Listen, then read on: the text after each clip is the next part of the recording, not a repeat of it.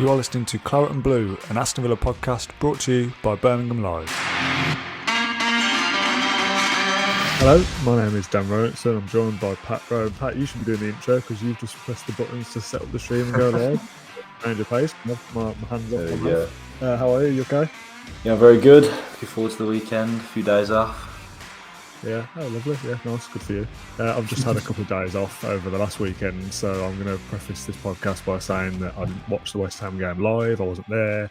I didn't really even have my phone up until Sunday evening. So I've seen Match of the Day. I've seen Villa's YouTube highlights. So I've not really seen much more than that. So I'm not going to sit here and pretend to have an opinion on a game I've not properly watched. I'm just going to get that out there first and foremost. So I'll come to you first, Pat.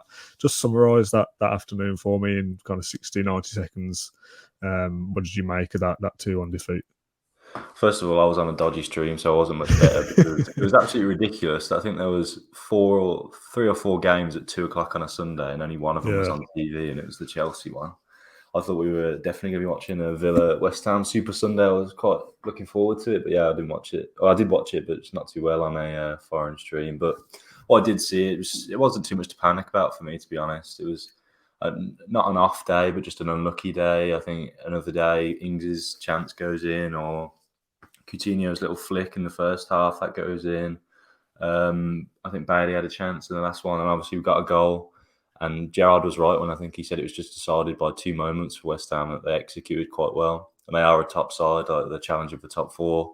Not a lot to panic about. I thought it was a solid performance from us, but obviously we're just not quite there, are we, to be competing every week with these teams, and not quite there to be grinding out results like that. But promising signs for me, to be honest. No, I'm not panicking.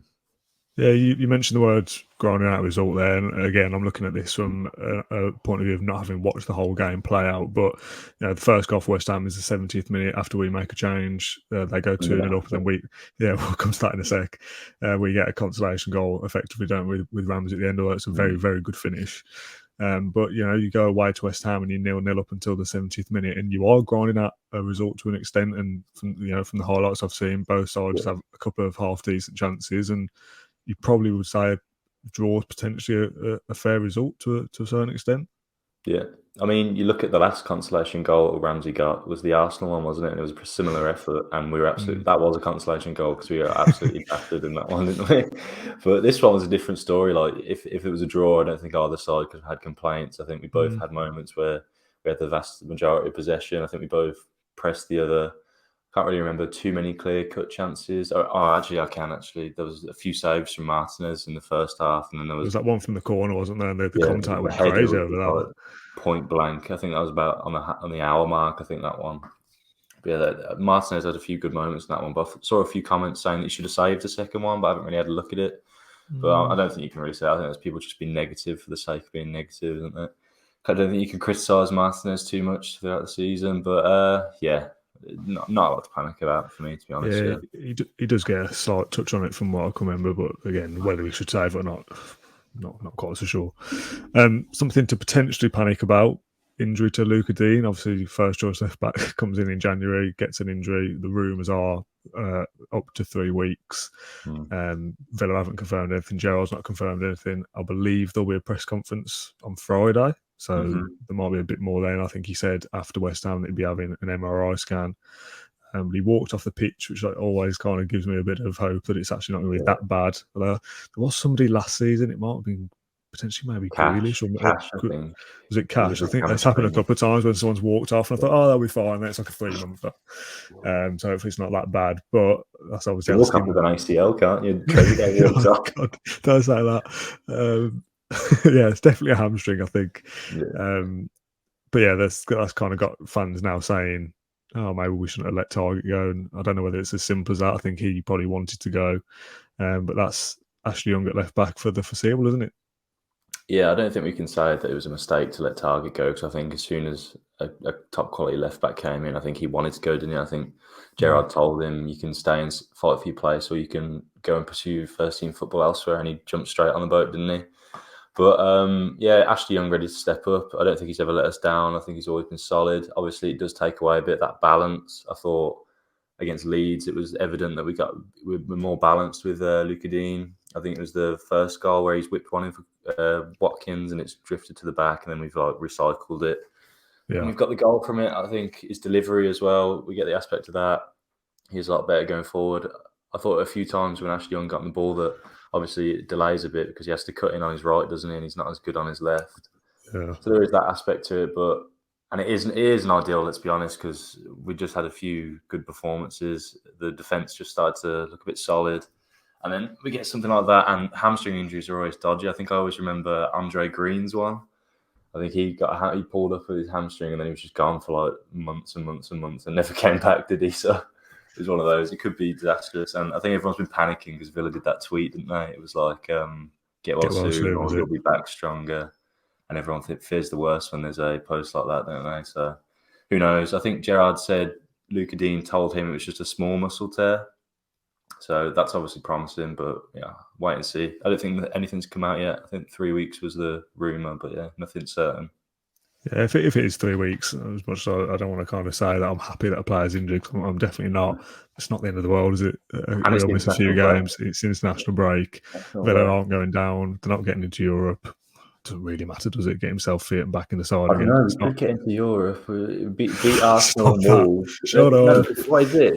Is it 8th? 8th gets you Conference League. I've not checked the league table, but I still think that's a little bit out. And then you got the cup winners. Whoever wins the cup, that usually filters down a few spaces, don't it? I'm still hopeful. Let's stop that now.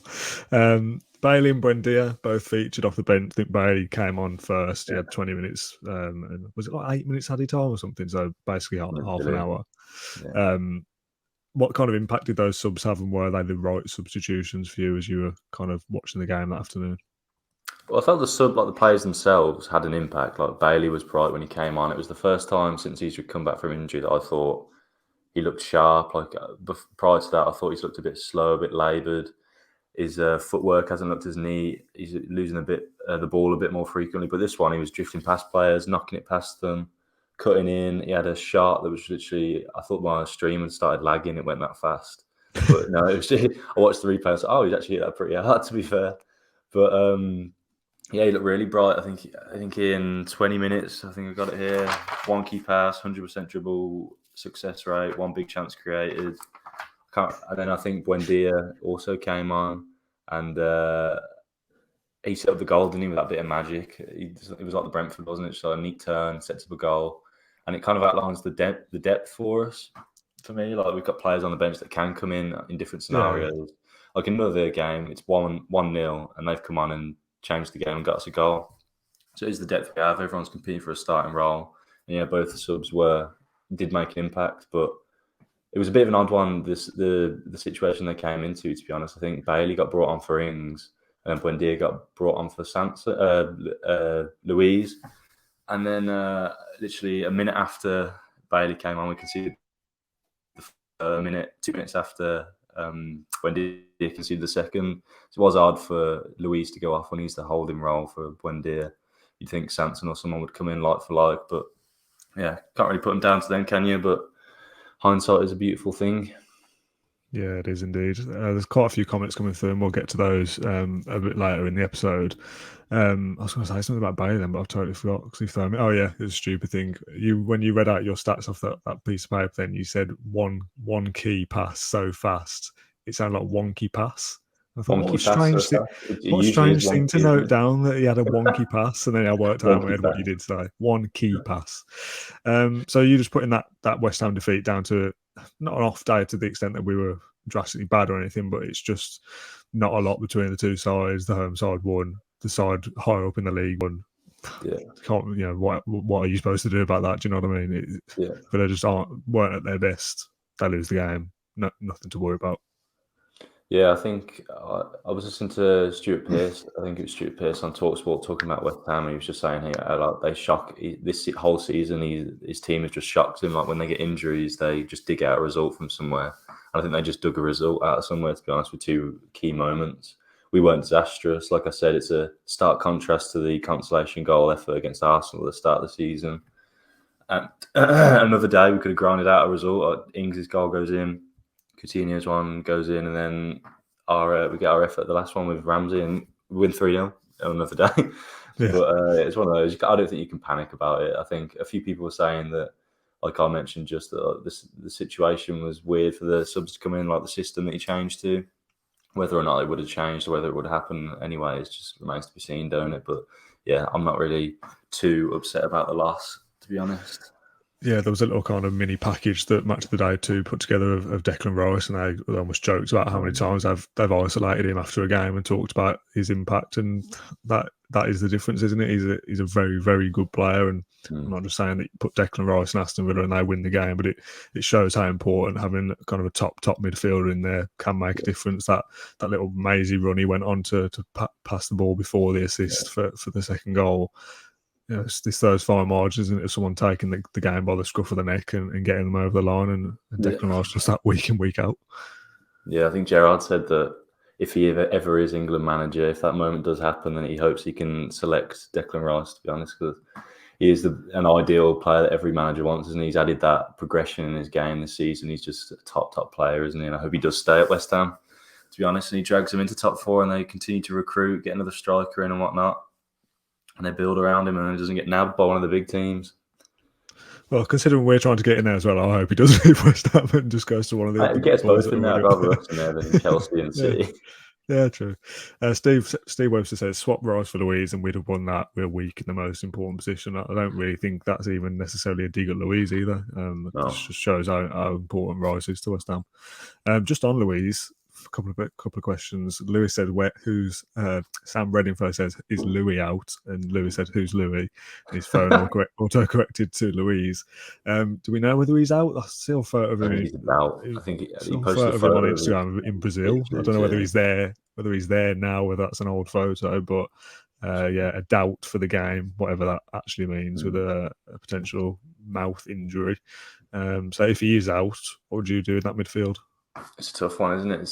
I don't think you can start Irabunum yet, so you probably have to go with Sanson. I think Nakamba's still 1 or 2 weeks away from even being back in training. I'm not sure. I think John did a report saying he's going to step up his effort for a comeback in the coming weeks, but he's probably quite far off match fitness, isn't he? Yeah. Can't start Irabunum. I know he's had his debut, but it'd be a bit of a cauldron to throw him into a packed out Villa Park early kickoff against Arsenal, who are flying. There's a lot to deal with, isn't it? It has to be Sanson, doesn't it? But whether or not he can play the holding midfield, I know he's played in a double pivot before, but he's never played as the holding midfielder on his own, I don't think. But he's played big games as in a double pivot. I think it was the Europa League final he's played there, so he might be able to do it. Obviously, Gerrard sees him in training. He's spoke quite highly of him previously, and he's been given a chance as a substitute in the past few weeks. So it's probably got to be the move, hasn't it? Yeah, I can't see it being anything else, to be honest, unless Douglas Luiz plays in a facial mask kind of thing for protection, maybe. Maybe he'll go 4-2-3-1 and go. I can't imagine he would. He'd drop McGinn deeper, play Ramsey as like a box-to-box, Coutinho ahead, then Buendia and actually, I don't know. He won't drop Watkins and Ings, will he?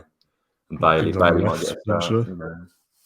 Yeah, there is options, which is what we talked about. This is what you want. Somebody earlier on in the comments asked about Bailey. Scott said, "Would you give Bailey a start? It doesn't seem to have had the chance to get going. Injuries and others playing well. If there is an option to change that system up and play, proper wingers rather than two up front, would you stick Bailey in there?" I mean, his performance on Saturday was really bright. As I said, I was really impressed by him. So if he's earned a spot, then fair enough. Give him the spot. That's what Gerrard wants, and he wants people to train well, perform all week, and then you get rewarded at the end, like Chambers got rewarded, keeping his spot in the squad. You'd like to think Sanson will be rewarded for his efforts in training. So yeah, if he's trained well and his performance was bright enough for the weekend, yeah, I'd give him a go. It's probably worth us doing a predicted 11 now, isn't it? I guess. Obviously, you mentioned Arsenal up next. They've won 5 in a row, I think. They play Liverpool tonight in the league. So worth keeping an eye on how they get on there. Any kind of team news updates from that game. And obviously, Villa's presser, I think, is Friday. So we're a little bit ahead of schedule. We said, didn't we, the last time you and me spoke about it, that you don't change a winning team, and he didn't. He kept Chambers in there. It's no longer a winning team. So with a fit Ezri Konsa available, I guess he's the main one as the talking point. Does Konsa come back in? There is the question, as Matt Targett perfectly said, that when he was an undercover agent for Newcastle against us, Is Callum Chambers going to act as an undercover agent against Arsenal here? He's played against Saka, all these players, Saka, Emile Smith-Rowe, Lacazette, Martinelli. He's played against them all in training for quite a long time, hasn't he? So it's whether or not you bring him back in. I think he took a forearm to the side of the head as well and was bleeding. So he might not be fit. Actually, I think he's probable to be fit. I think I read that he's likely to be fit. But I've personally, I would have brought Konza back as soon as he was ready. But obviously, that worked out well when Chambers harnesses in Iniesta and proved me wrong. Didn't really expect that one. But yeah, I'd be happy either way. Once again, I thought it was a solid effort against West Ham. It was a tough physical battle against Antonio. I thought Mings and Chambers did quite well, apart from the opening goal where there was just a bit too much space for Yarmolenko to turn into. And he's turned quite neatly and just slotted it away, hasn't he? But other than that, it was solid. If Louise is fit and you are keeping that same system, it is the only change you would make. Young in for Dean, I assume, and Konsa for Chambers. You'd keep the rest of it the same. Yeah, I don't think it's time to panic really after the West Ham performance, is it? It's not like, you need to be dragged after that performance. I don't think there was anyone like that. So yeah, I'd go again with what was working prior to that and just see, or if he wants to go more defensive against a better side, then who knows what he's going to do. He might even slot Chambers in place of Louise and play Konza at centre back. Yeah, good shout. There's a kind of I'm going to call it a rogue shout here from Ross and Steve, to be fair, in the comments has agreed with him, and I'll flash them up in a sec. I'm just trying to work it out in my head. I just don't see it. So I'll put a comment up. Ross says, worried about Young long term at left back, but what other options do we have? Mings, ? Konsa and Chambers in the middle. Pretty sure Mings has played there for Bournemouth, and Steve agrees Mings would love it at left back because he likes to get forward.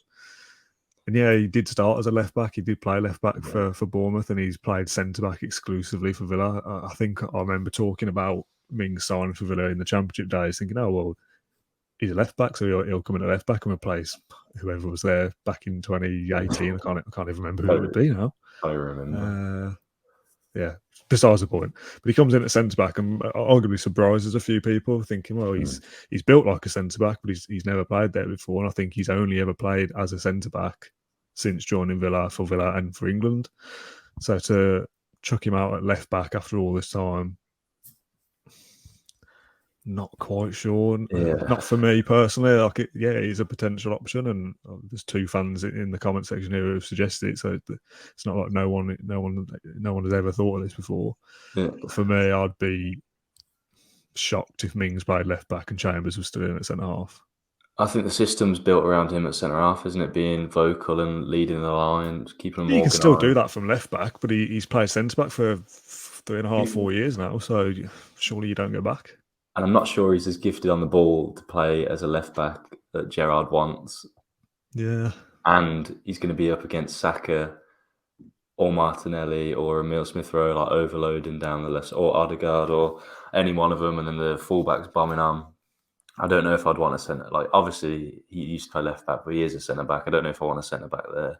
And I know Ashley Young is 36. But you're not going to throw a youngster in. What was it? Ben Christine? You're not going to throw him in, are you? So it's not ideal, really. It just outlines that the Dean injury really isn't ideal, is it?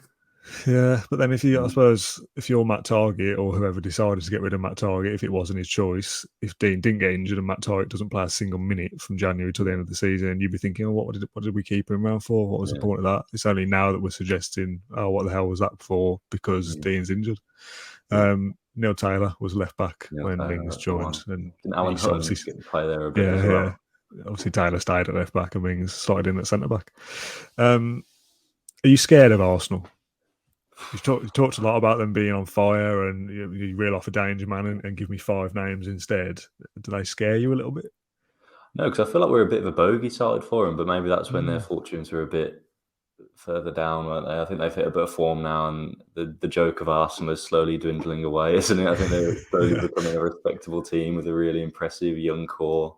I think Odegaard the other day really impressed me. I think in the first half he had 5 key passes, and I watched that and I was like, wow, he looks a serious player. I think they found a formation that suits them now as well, 4-2-3-1, with like Partey and Xhaka just like enforcing the midfield. Odegaard's given the freedom to do whatever he wants just ahead of them. And then they've got options with Emile Smith-Rowe, Saka, Martinelli's back now, and Lacazette. I'm not sure how long he'll stay there, but obviously, I think he's been there to link it up a bit more rather than score goals. I know he scored the other day, but it was a penalty. They've just hit good form, haven't they? Unbeaten the 5 wins. It is a frightening prospect, but we beat them last time they came to Villa Park. Did we? We did. Yeah, 1-0. 1-0, and we did that without Grealish, I'm pretty sure. So we can act as a bit of a bogey side for them. I don't want it to go on record that I'm scared of them, because I have had some stick from Arsenal fans in the past. So I'm not going to admit it, but yeah, looking forward to it. At least it's the early kickoff when they get done. Actually, early kickoff curse. If everyone's saying, "Oh, Arsenal are flying, can't lose," early kickoff curse. Well, it's what I always say every time we do one of these podcasts. When someone's won X amount on a row, I always say, well, it's got to come to an end at some point. So it's tactical. They play tonight, so Liverpool will beat them. Then they'll bounce back by beating Villa. That's what will happen. Matt Smith says, won't they be scared of us? Emmy, Ings, Watkins, Coutinho, John McGinn, JJ. Yeah, there is a good bit of talent in that Villa side now, and one defeat against West Ham doesn't kind of take away how good we were in that little mini spell before that. So yeah, they've got to come to Villa Park, sold out, I think it is. Yeah. So yeah, why aren't Arsenal going to be scared of us? Yeah, exactly. I'm only saying that just because they won 5 on the spin. But yeah. I always find difficult. I always find previews a little bit difficult because it's so much guesswork, especially so far in advance of the game. We don't know any of the press conference stuff. Arsenal have got to play another game yet, so talking about all these players, and they could have an injury crisis against Liverpool all tonight. So just a little bit silly to talk about a game so far in advance, but kind of a little midweek catch up after West Ham more so than anything. If I had to push you for a score prediction, what would you go for? 1-0 at home again, same as last time. Late winner this time. Gerrard, it's going to be one of those games where Gerrard, I want to stay in the game until the 70th minute. Then he brings Bailey on, and then it's just changed. That's my guess. Okay, nice. Always very positive. If the fans very quickly want to get your score predictions, I'll flash them up on screen, but we are going to finish in a second. I'll never know how to do predictions really, because I don't want to be unrealistic and say that Villa are going to win every single game like you. But what's the point of coming onto a Villa podcast and predicting us to lose? That might be my serious prediction in my head. I'm never going to come on here and predict us to lose, because literally nothing to gain by that. So I've got 1-1, and I would take a draw just because they're in such good form. I'd be happy with a 1-1. Matt Smith made a good point. He said Ollie does love a goal against Arsenal, doesn't he? Yeah, 2 for Ollie, 1 for Buendia, 3-0. Yeah. Buendia didn't sign him, meant to want him. And then they're after Coutinho, aren't they? And I think Arsenal fans have also called for them to sign Jacob Ramsey. I think they just want all of our players. God. I do feel there's a slight element of Arsenal that you can get at them. When you mentioned when you were reading off some of the names there, like someone like Xhaka, can always do something silly, get himself sent off, do something stupid. So if something goes our way early doors, like a penalty or something, then my thoughts on the whole thing do change. 2-2 from Ross, 3-1 from Lewis Sprigg. Ollie loves scoring against Arsenal, 2-1. Ross says first half, 36-year-old Ashley Young goes down injured. What happens?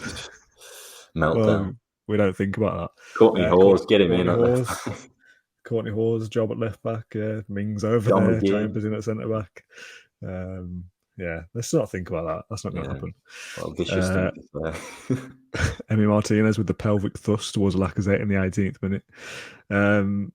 Thanks for all your comments. There's a lot of positivity, but like I said, there's no one here is going to come on and predict Villa to lose, because nothing to gain. We're not a neutral podcast, so we don't have to be serious in our predictions. I think that's pretty much everything I've noted down. As I said at the very start of this, I didn't see the West Ham game fully, so it is difficult actually doing a podcast when you have not really seen anything bar 3 or 4 minutes worth of highlights, so you don't get the feel of the game or picture of it. Even on social media, I wasn't checking my phone or anything, so I don't really see what people are saying about it and kind of what other people's opinions are. So it's strange going in pretty blind. So if you feel like, Pat, we've covered everything from that game and happy to move on, I think we've gone over everything. Okay, good. Thanks everyone for tuning in to the Claret Blue podcast as always, and leaving your comments with your score predictions. There's not a single Villa loss in there, so we love to see that. Pat, thanks for your time as Thank you for always. having Do me. appreciate it. And I don't know what we're doing for the rest of the week. Ash might be doing a Facebook Live /podcast on Friday after the press conference. And react to any kind of breaking lines that come out of that. And then I think it'll be me and Matt Kendrick doing the post-match debrief show on Saturday afternoon, obviously 12:30 kickoff. So expect to see us about 4 o'clock, 5 o'clock, something like that. Me and him will jump off half an hour and have a chat about the game. So until then, thank you very much for watching the show, and we'll see you soon. Thank you for listening to Claret and Blue, an Aston Villa podcast. If you enjoyed today's episode, then please do let us know. We love hearing your feedback. We'll be back soon with another episode, but until then, up the Villa.